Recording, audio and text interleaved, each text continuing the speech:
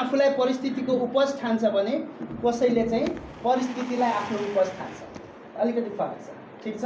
र हामी यहाँ आज खास गरिकन जिउँदो मान्छे आज हामी यहाँनिर परिस्थिति आफू अनुकूल बनाउने त्यस्तो खालको दृढता बोकेको मान्छे, त्यस्तो खालको साहस बोकेको मान्छे, त्यो मान्छेको रूपमा हामी आफूलाई कसरी रूपान्तरण गर्न सक्छौँ कि यहाँ लेखिएको पनि छ ग्रेटेस्ट लाइफ चेन्जिङ वेबिनार। अब वेबिनारलाई सेमिनार भने पनि भयो है, कि यो लाइफ चेन्जिङ सेमिनारको रूपमा तपाईँ हामी हिजोदेखि यहाँ बसिरहेको छौँ, आजसम्मको बसाइमा त्यस्तो फिल हामीलाई भइरहेको छ कि छैन। यदि त्यस्तो फिल भएको छैन भने जति पनि नयाँ हुनुहुन्छ उहाँहरूले 2500 तिरेको त बेकार गयो नि त हैन। जो ब्रिज हुनुहुन्छ पुरानो लिडरहरू उहाँहरूले 1500 तिरेको पनि बेकार गयो। त हाम्रो प्रयत्न के हो भने तपाईँ हामीले आजसम्म जे बुझेको छौँ, जुन खालको शिक्षा तपाईँ हामीले प्राप्त गऱ्यौँ, त्यसको आधारमा जुन खालको माइन्डसेट हाम्रो तयार भयो, यो हाम्रो माइन्डसेट यसै आज हिजो बनेको होइन। यो हाम्रो पुर्खौँदेखि, हाम्रो बुवा हजुरबुवाहरूको पालादेखि जुन खालको शिक्षा दीक्षा, जुन खालको सामाजिक वातावरण, जुन खालको सोचाइहरू, जुन खालको सल्लाह सुझावहरू तपाईँ हामीले प्राप्त गऱ्यौँ, त्यसको आधारमा हाम्रो माइन्डसेट तयार भएको छ। र त्यो माइन्डसेटले तपाईँ हामीलाई आज कहाँ पुर्याएको छ, कुन ठाउँमा छौँ र जुन ठाउँमा हामी छौँ आज हामी सन्तुष्ट छौँ कि छैनौँ। यदि छैनौँ भने विकल्पहरू के छन् त? यदि छौँ भने के तपाईँ हामीले आज जे प्राप्त गरेको छौँ त्यतिमै हामी सन्तुष्ट हुनुपर्ने? यो जायज भयो, यो ठिक भयो हो? यो कुराको आज लेखाजोखा हामी गर्दैछौँ हिजोदेखि आजसम्म बसेर। हिजोदेखि आजसम्म हामी यिनै कुराहरूको क्यालकुलेसन गर्दैछौँ, हामी हिसाब किताब गर्दैछौँ हामी कि यो ठिक भयो कि भएन। र मलाई लाग्छ जति पनि आज अहिले हामी यहाँ उपस्थित भएको छौँ, सुनिरहेको छौँ, क्लासमा बसिरहेको छौँ, कति धेरै साथीहरू त जानु पनि भयो होला हैन, तर जति पनि हामी बसिरहेको छौँ उहाँहरू सबैको निम्ति मलाई लाग्छ हिजोदेखि आजसम्म र भोलिसम्मको बसाइहरू लाभप्रद नै हुन्छ। तपाईँ हामीले जीवनमा केही न केही कुराहरू पक्कै पनि सिक्छौँ। र यसको लागि तपाईँहरूले जुन समय दिनुभएको छ, कति व्यस्त छौँ हामी कि तपाईँ हामी जति व्यस्त सायद मौरी पनि हुँदैन, सायद कमिला पनि यति व्यस्त हुँदैन कि हामीलाई समय निकाल्न निकै धौधौ छ। किनभने हामी समय बेच्ने मान्छेहरू, टाइम सेलर, हामीले समय बेचेको छौँ। चाहे हामी निजामती कर्मचारी हौँ, चाहे हामी कुनै संस्थाहरूमा जागिर खाउँ, चाहे कसैको वाइवाई ल्याएर या कसैको रमपम ल्याएर या कसैको कोका कोला ल्याएर हामी एउटा सटर थापेर बेचिरहेको छौँ, कसैको रड बेचिरहेको छौँ हैन। भनेपछि हामी टाइम सेलरहरू हो। र यो टाइम सेलरहरू अत्यन्त बिजी हुन्छ, अत्यन्त व्यस्त हुन्छ। यस्तो व्यस्तताको बिचमा पनि तपाईँहरूले समय निकाल्नु भएको छ। त्यसको निम्ति म खगेन्द्र राज अधिकारीको तर्फबाट यहाँहरूलाई एकदमै स्वागत गर्न चाहन्छु। मेरो दमक 8 हो। म विगत 2 वर्षदेखि यो फिल्डमा म आबद्ध छु। बिचमा 1 वर्ष लकडाउन लगायतका विभिन्न अब्स्ट्याकलहरू भए, कामहरू गर्न पाइएन। 2 वर्षदेखि म यो ठाउँमा छु। र त्योभन्दा अगाडि मेरो आफ्नो स्कुल हुँदाहुँदै पनि त्यो स्कुलको एडमिनिस्ट्रेसन एज अ प्रिन्सिपलको रूपमा म स्कुल चलाएर बस्दै थिएँ। र त्यो स्कुल अहिले पनि चल्दैछ। र आज मैले मेरो ठाउँमा चाहिँ एउटा आजको युग सुहाउँदो पढे लेखेको एउटा शिक्षित 28-30 वर्षको एउटा जवान जसलाई 25-30 हजार रुपियाँ दिएर राखेको छु है। उसलाई त्यो ठाउँमा राखेर अनि म चाहिँ तपाईहरुसँग संवाद गर्नको निम्ति, तपाईहरुसँग कुरा गर्नको निम्ति या एउटा जुन अभियानमा हामी आज हिँडिरहेको छौं यो के हो भनेर तपाईहरुलाई बुझाउनको निम्ति मैले यसलाई पुरै समय यो फिल्डमा दिएको छु। पुरै समय कि म 24 घण्टा यही विषयमा यसैको निम्ति समयहरू खर्च गरिरहेको छु र मलाई एकदमै सन्तुष्ट पनि छ। र धेरै कुरा मैले जीवनमा बुझे जस्तो पनि लाग्थ्यो, र धेरै कुरा बुझिएको पनि रहेन रहेछ। कि तपाईँ हामी जति पनि मान्छेहरू छौँ सुरुमा हामीलाई लाग्छ कि तपाईँ हामीले धेरै कुरा बुझेको छ, धेरै कुरा थाहा छ हामीलाई, तर सामान्य एउटा फाइनान्सियल एजुकेसन जसको निम्ति तपाईँ हामी जीवनभर घुँडा धसाइरहेको छौँ, कपाल फुलिरहेको छ, जुङ्गा फुलिरहेको छ, त्यसको लागि 18 वर्ष पुग्दै गर्दा 19 वर्ष पुग्दै गर्दा पैसा कमाउने दौडमा तपाईँ हामी कुदिरहेको छौँ। कोही दुबई गएको छौँ, कोही मलेसिया गएको छौँ, कोही अस्ट्रेलिया गएको छौँ, कसैले निजामती सरकारी जागिर खोजिरहेको छौँ। विभिन्न कामहरू, पेसा व्यवसायहरू, दोकानहरू तपाईँ हामीले गरिरहेको छौँ। तर के तपाईँ हामीले त्यसो गर्दै गर्दाखेरि त्यो पेसाबाट सन्तुष्ट हुने गरी हाम्रो सपना, हाम्रो आकाङ्क्षा पुरा हुने गरी तपाईँ हामीले त्यसबाट रिटर्न प्राप्त गरिरहेको छौँ? नो, छैन। भनेपछि यो कुरालाई तपाईँ हामीले आजसम्म क्याल्कुलेसन गरिएन, यो कुरालाई तपाईँ हामीले हेरिएन, बुझिएन र हामी यो अवस्थामा, अहिलेको यो आर्थिक अवस्थामा तपाईँ हामी छौँ। आजको डेटमा तपाईँ हामीलाई अहिले साँच्चै चाहियो भने 2 लाख रुपियाँ पैसा निकाल्न गाह्रो छ नि त। साँच्चै चाहियो, अहिले चाहियो भने 2 लाख रुपियाँ पैसा निकाल्न गाह्रो छ। अनि तपाईँ हामीले आजसम्म जिन्दगीमा कति ठाउँमा कम्प्रोमाइज गरेको छौँ होला, यसो सम्झौँ त, एकछिन सम्झौँ त। तपाईँ हामी घुम्न जान मन लागेको ठाउँमा घुम्न गएको छौँ? तपाईँ हामीलाई लाउन मन लागेको कुरा हामीले लगाएको छ? तपाईँ हामीलाई खान मन लागेको कुरा हामीले खाएको छ? कहिले पनि जिन्दगीमा एउटा खुसी, मेरो जिन्दगी भगवानको चाहिँ वरदान रहेछ, म यो जिन्दगीलाई एउटा उत्सवपूर्ण ढङ्गले बिताउँछु भन्ने हिसाबले एक दिनभरि तपाईँ हामी खुसी हुन सकेको छौँ? छैन। कि तपाईँ हाम्रो निम्ति जिन्दगी एउटा बोझ हुँदैछ कि छैन? जिन्दगी एउटा तनाव हुँदैछ कि छैन? भने यो हाम्रो लागि, यो हाम्रो जस्तो एउटा जुन आर्थिक हैसियत भएको मान्छे जसलाई निम्न मध्यम वर्गीय भनिन्छ, तपाईँ हामीले क्लासमा हेऱ्यौँ होला सायद हिजो कि संसारभरिका 4 खालका मान्छेहरू मध्ये तपाईँ हामी ई र एसमा पर्छौँ। ई भनेको इम्प्लोइ, एस भनेको सेल्फ इम्प्लोइड। इम्प्लोइ र सेल्फ इम्प्लोइडमा तपाईँ हामी पर्छौँ। तर दुनियाँमा त बिजनेसम्यान पनि रहेछन्, इन्भेस्टर पनि रहेछन्। भने अब हिजोको क्लासबाट आजसम्म तपाईँ हामीले थाहा पाइसक्यौँ कि इम्प्लोइ भनेको समय बेच्ने मान्छे हो, त्योसँग टाइमको लिभरेज हुन सक्दैन। जति समय बेचोस्, घन्टाको 500 को दरले बेचोस् उसले, तर टाइम लिभरेज त गर्न सक्दैन। त्यो आधारमा एउटा इम्प्लोइ धनी बन्न सक्दैन। तपाईँ हामीले थाहा पायौँ नि त, थाहा पाएनौँ? तर यो कुरो हिजोको क्लासमा आएर मात्रै थाहा पाउनु पर्ने कुरा हो र? पक्कै पनि यहाँ मलाई लाग्छ एसएलसी, आइए, बिए, एमए पढेको छौँ हामी, हैन? त संसारमा आजसम्म कुनै इम्प्लोइ धनी भयो अरे भन्ने सुनेको छ? कुनै इम्प्लोइ धनी भयो भन्ने सुनेको छैन नि त। तर तपाईँ हामी त इम्प्लोइ नै हुन खोजिरहेको छौँ त, देखिरहेको छौँ, तर इम्प्लोइ नै हुन खोजिरहेको छौँ नि त। तपाईँ हामीले कहिल्यै सुनेको छ, तथ्यहरू छ हामीसँग, जो सेल्फ इम्प्लोइड हो त्यो धनी भयो अरे सुनेको छ हामीले? सुनेको छैन। तर हामी त्यही सेल्फ इम्प्लोइड हुन खोजिरहेको छौँ। के कारणले हामीलाई त्यस्तो बाध्यतामा पुर्यायो त? के कारणले हामी इम्प्लोइ नै हुनुपर्ने, हामी सेल्फ इम्प्लोइड नै हुनुपर्ने? के कारण, के को बाध्यता हो? हामी के बिजनेसम्यान हुन सक्दैनौँ? हामी के इन्भेस्टर हुन सक्दैनौँ? जोसँग टाइम फ्रिडम छ, जोसँग फाइनान्सियल फ्रिडम छ? के टाइम फ्रिडम र फाइनान्सियल फ्रिडम चाहिँ त्यो 2 खालका मान्छेहरूलाई मात्रै हो? ईश्वरले उनीहरूलाई के त्यहाँ तिमी चाहिँ बिजनेसम्यान बन, तिमी चाहिँ इन्भेस्टर बन, अनि तपाईँ हामीलाई चाहिँ त चाहिँ इम्प्लोइ नै हो, त चाहिँ सेल्फ इम्प्लोइड नै हो भनेर पठाएको हो र? होइन।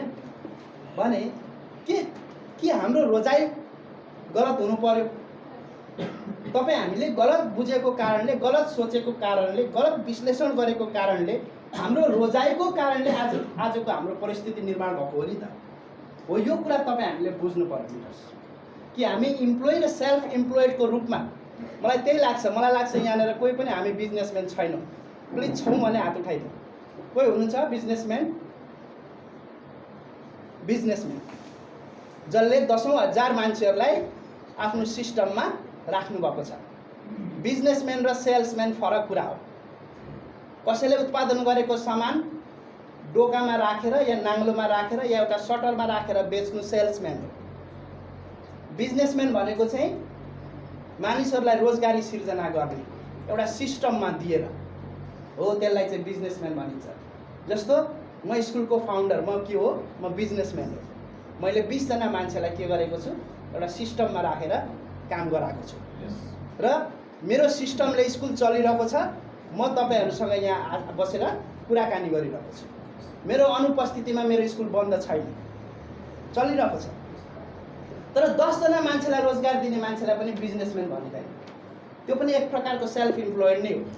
एटलिस्ट 10,000 प्लस मान्छेहरूलाई रोजगारी दिन्छ जसले हो, त्यो मान्छेलाई चाहिँ के भनिन्छ, बिजनेसम्यान भनिन्छ। जस्तो नेपालको हकमा भन्ने हो भने विनोद चौधरी ग्रुप, राजेन्द्र खेतानहरू, ज्योति ग्रुपहरू, यिनीहरू गोल्छा ग्रुपहरू, यिनीहरू बिजनेसम्यान हो कि 10,000 मान्छेहरूलाई यिनीहरूले आफ्नो सिस्टममा राखेर काम दिइरहेका छन् र उनीहरू चाहिँ कहिले दुबई घुमिरहेको हुन्छ, कहिले मलेसिया घुमिरहेको हुन्छ, कहिले सिङ्गापुर घुमिरहेको हुन्छ भने कहिले पेरिसको आइफेल टावर चढिरहेको हुन्छ। तर त्यो सिस्टमबाट उनीहरूको इन्कम कहिले पनि घट्दैन। उनीहरू घुमिरहेका हुन्छन्, तर इम्प्लोइ र सेल्फ इम्प्लोइडहरू चाहिँ उनीहरूको निम्ति काम गरिरहेका हुन्छन्। इम्प्लोइ र सेल्फ इम्प्लोइडले उनीहरूको निम्ति काम गरिदिने, बिजनेसम्यानको निम्ति काम गरिदिने भने अब तपाईँ हामीले यति कुरा बुझिसकेपछि के आज हामीलाई निन्द्रा लाग्नुहुन्छ त? हिजो हामी निदायौँ भन्नुहोस् त लिडर्स, हिजो हामी निदायौँ कि निदायौँ? हो कि यो कुरा बुझिसकेपछि निन्द्रा लाग्नु हुँदैन? साँच्चै भन्ने हो कि एक प्रकारको छटपटी हुनुपर्छ हामीमा। किनभने 10औं वर्षदेखि 15औं वर्षदेखि तपाईँ हामी पढ्दैछौँ के को लागि? यही कुरा प्राप्त गर्न होइन? यही कुरा प्राप्त गर्न हो। 10औं वर्षदेखि 10औं लाख खर्च गरेर आज बुवा आमाले छोराछोरी पढाउँदै हुनुहुन्छ। आज यहाँ बुवा आमा पनि हुनुहुन्छ कि आज छोराछोरीलाई तपाईँ हामीले पढाउँदैछौँ। यो एजुकेसन पाएर के हाम्रो छोराछोरीहरू भोलि फाइनान्सियल फ्रिडम पाउँछ? यिनीहरूले के यिनीहरूले टाइम फ्रिडम पाउँछ? के यिनीहरू सिस्टम ओनर हुन्छ? हुँदैन। भने अहिले दिँदै गरेको शिक्षामा तपाईँ हामीले थप अर्को शिक्षा तपाईँ हामीले दिन जरुरी छ, जुन कुरा कुनै युनिभर्सिटीमा आजको दिनमा पढाइ हुँदैन। यस, त्यो यहाँ पढाइ हुन्छ। यस,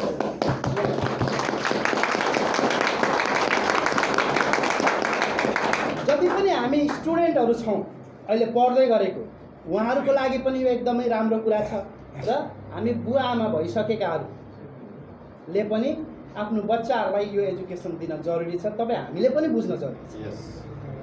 त्यसको लागि म अलिकति केही कुराहरू यहाँहरूको बिचमा राख्छु र त्योभन्दा अगाडि कि मलाई जसले यो फिल्डमा ल्याउनु भयो, मेरो दाइ, म स्कुल चलाएर होइन त्यही एउटा स्कुलको पेरिफेरीभित्र मजाले गमक्क भएको मान्छे हो। ठुलै मान्छे म होइन, एउटा स्कुलको फाउन्डर प्रिन्सिपल पनि हो भनेपछि ठुलै मान्छे हो नि त, कि होइन? आज हाम्रो समाजमा जाने भने स्कुलको फाउन्डर, स्कुलको प्रिन्सिपल, ब्याङ्कको म्यानेजर, सहकारीको व्यवस्थापक ठुलै मान्छे हो नि त, होइन? यस, भनेपछि म पनि ठुलै मान्छे हो हिजोको दिनमा, होइन? तर यो फाइनान्सियल एजुकेसन जुन यो चिज यहाँनिर आज मैले बुझेँ कि म वास्तवमा मैले यो कुरा सुन्ने बित्तिकै म यहाँनिर हाम फालेर आएको यो मेरो विषयवस्तु आज अहिले म जुन देखाउन खोज्दैछु है, यो धेरै महत्त्वपूर्ण कुरा छ र यो ठाउँ, यो कुरा मलाई मेरो सिनियरले दिनुभएको थियो, मेरो दाइले, हरि नेपाल। उहाँ काँक्रेभिट्टामा बस्नुहुन्छ र उहाँप्रति म एकदमै कृतज्ञता ज्ञापन गर्छु। एकदमै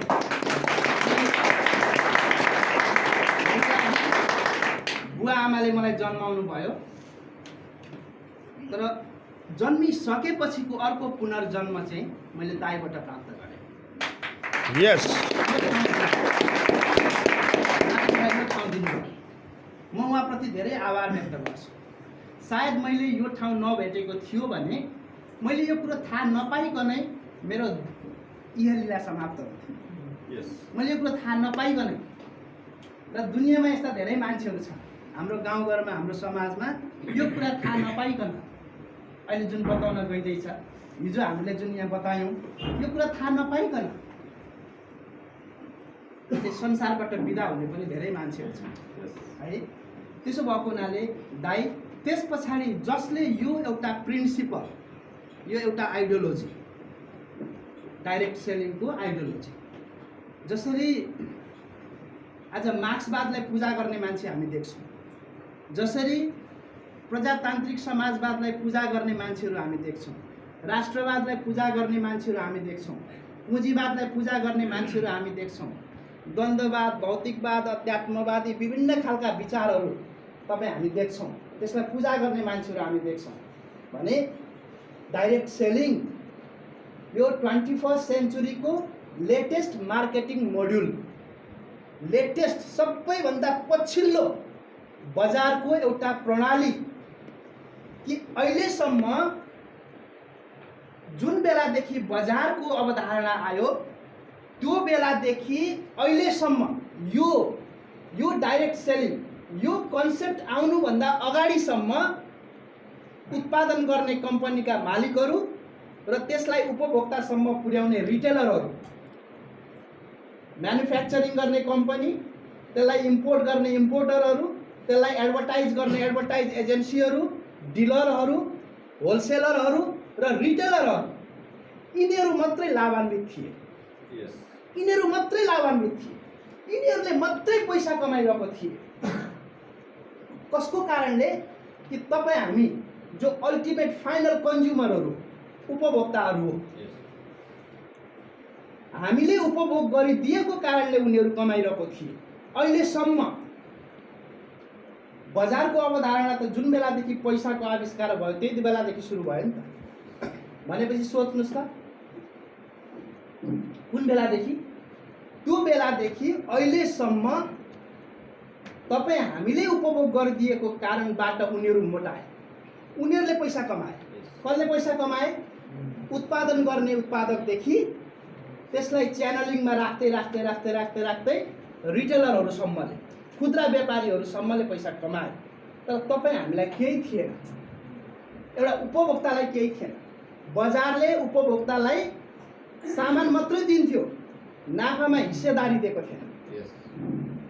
सामानको किनबेच हुँदा त नाफा हुन्छ नि त, त्यो नाफामा तपाईँ हामीलाई हिस्सेदारी दिएको थियो।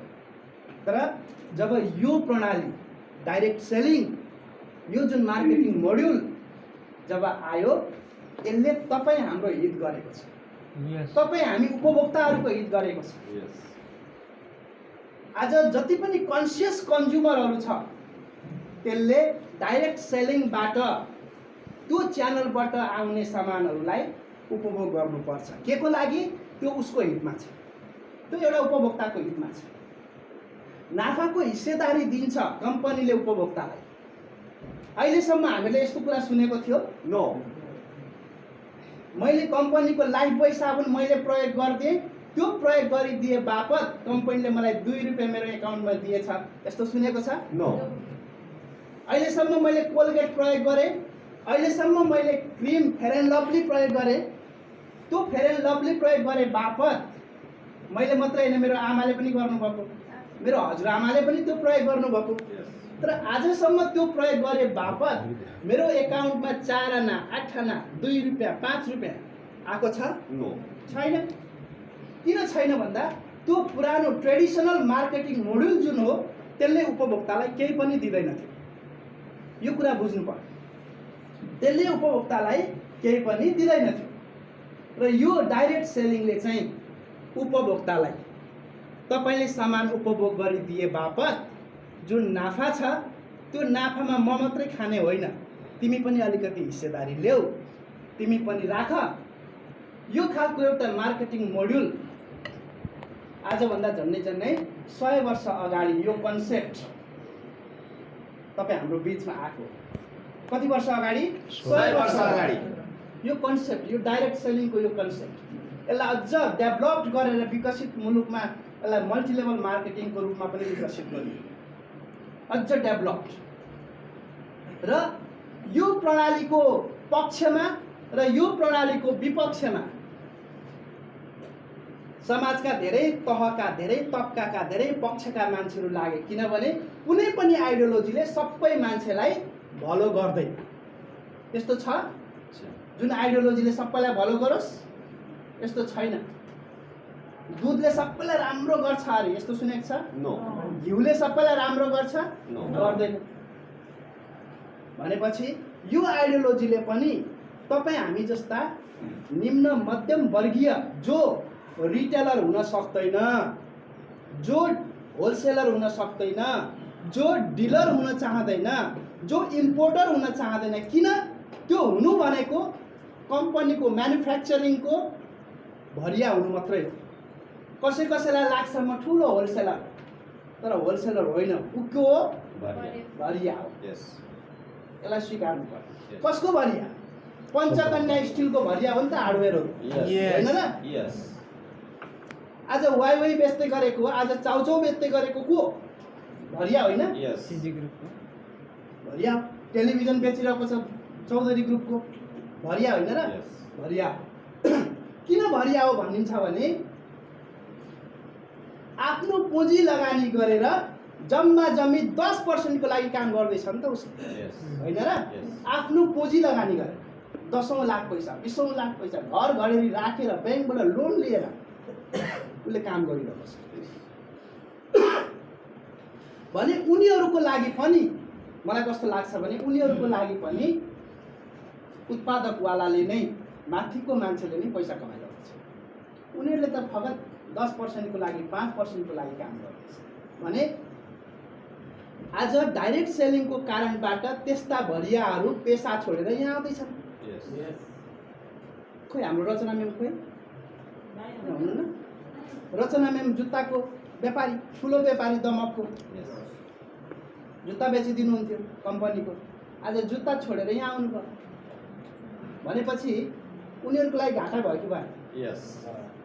आज कसैले हार्डवेयर फलाम बेचिरहेको छ, छोडेर यहाँ आइरहेको छ, घाटा भयो कि भएन? आइए पढेको, बिए पढेको, एमए पढेको मान्छे हातमा सर्टिफिकेट बोकेर इन्टरभ्यूको नाममा उनीहरूको घर घर चार्दै हिँड्थ्यो, घर घर जिउ हजुरी गर्दै हिँड्नु पर्छ। त्यो मेन पावर आज डाइरेक्ट सेलिङ यो ठाउँमा एउटा स्वावलम्बी भएर, एउटा स्वाभिमानी भएर तिमीहरूलाई टक्कर दिन्छु भनेर आउँदैछन्। तिमीहरूलाई टक्कर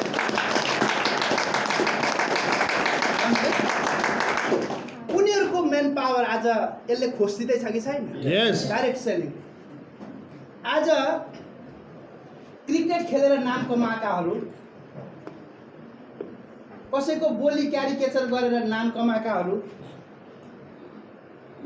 कोही फुटबल खेलेकाहरू, कोही पत्रकारिता गर्दै गरेकाहरू वाइवाईको विज्ञापन गर्दैछन् कि छैन? आज म्याकडोनल्डको विज्ञापन हुँदैछ कि छैन? आज विभिन्न चिजहरूको विज्ञापन भइरहेको छ कि छैन?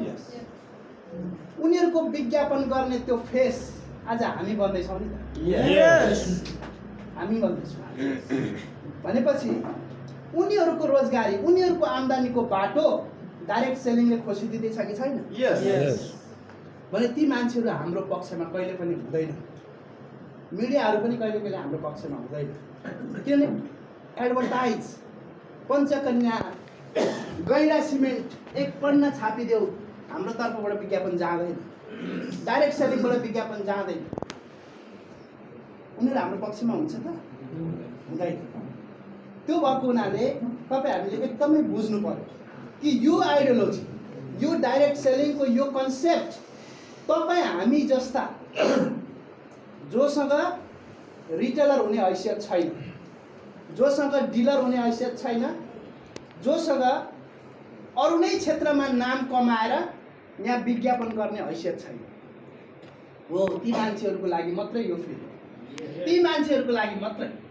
अर्को कुरा, ती मान्छेहरूको लागि यो फिल्ड हो जसको सपनामा ज्यान हुन्छ, जसको जिउँदो सपना हुन्छ, जो महत्त्वाकांक्षी हुन्छ, जो जीवनप्रति म केही गर्छु आकाङ्क्षा राख्छ। परिस्थिति आफ्नो अनुकूल छैन, गोजीमा कौडी छैन, विदेश जानु पर्यो भने पनि सपटी माग्नुपर्छ, पढे लेखेको पनि खासै छैन, के व्यापार व्यवसाय गरौँ त्यो खालको कुनै नलेज ज्ञानहरू पनि छैन भने, तर जीवनमा म केही गर्छु, मैले के अगाडि बढ्नुपर्छ भन्ने खालको मान्छे यदि यहाँ आएर तपाईँ हामीसँग 2 महिना, 2.5 महिना, 3 महिना उसले सङ्गत गर्ने हो भने उसमा बाँच्ने अभिलाषा पलाउँछ।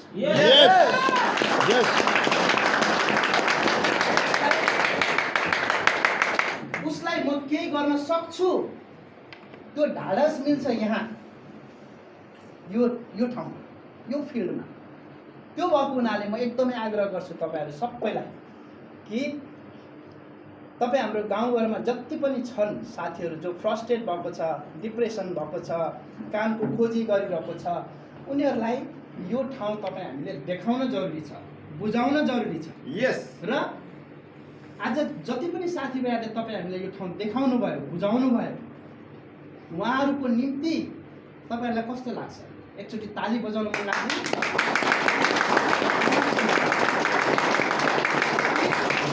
यो ठाउँ त्यस्तो ठाउँ,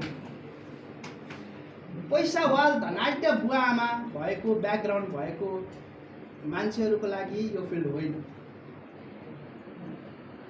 कोसँग हामीसँग पैसा छ प्लिज? हामी कसैसँग पैसा छ? हामी नयाँ कतिजना छौँ यहाँ? प्लिज एकचोटि नयाँ।